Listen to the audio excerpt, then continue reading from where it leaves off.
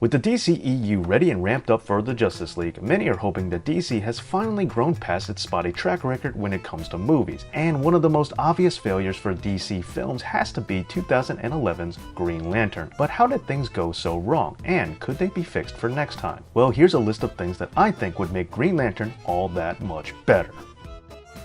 GoldenEye and Casino Royale, both great films and both were directed by Martin Campbell, but unfortunately, so was Green Lantern. And that's the thing, just because you're a great director, that doesn't mean that you can make any movie not suck. Campbell is great for reinvigorating Bond films, but he isn't at home in the world of sci-fi. Now sure, big name sci-fi directors like Steven Spielberg and J.J. Abrams would probably do a great job, but they may not be the most cost-effective option. Fortunately, Hollywood is filled with talented directors, some known and some unknown, who would be just great for the science fiction franchise that is Green Lantern. As charismatic as Ryan Reynolds is, he can't save everything. After all, Blade Trinity and Wolverine Origins prove that he doesn't even have a great track record when it comes to comic book films alone. And while he is a great Deadpool, he is definitely no Hal Jordan. Ryan Reynolds is at his best when he taps into his inner Van Wilder. Hal, on the other hand, needs to be a bit of a Boy Scout, a bit militaristic and yet still very likable. And while this is no easy task, just remember, one of Hal Jordan's original inspirations was Paul Newman. So with that in mind, finding a modern equivalent would be a great place to start.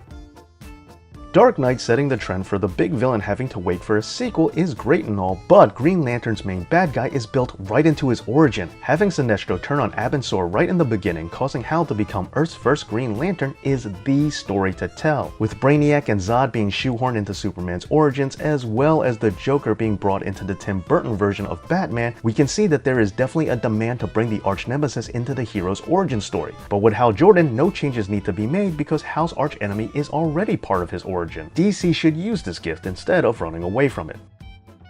Mass Effect may be very much like Star Trek, but with Shepard becoming the first human Spectre, it's not hard to see the comparisons to Hal Jordan. In Mass Effect, the Spectres are treated as a police force and an honor to be a part of, which is exactly how we need to feel about the Green Lantern Corps and the film itself. And so, just like how The Incredibles served as a great example of how to make a Fantastic Four film, these scenes in Mass Effect could set the template on how to pull off a Green Lantern movie in the right way.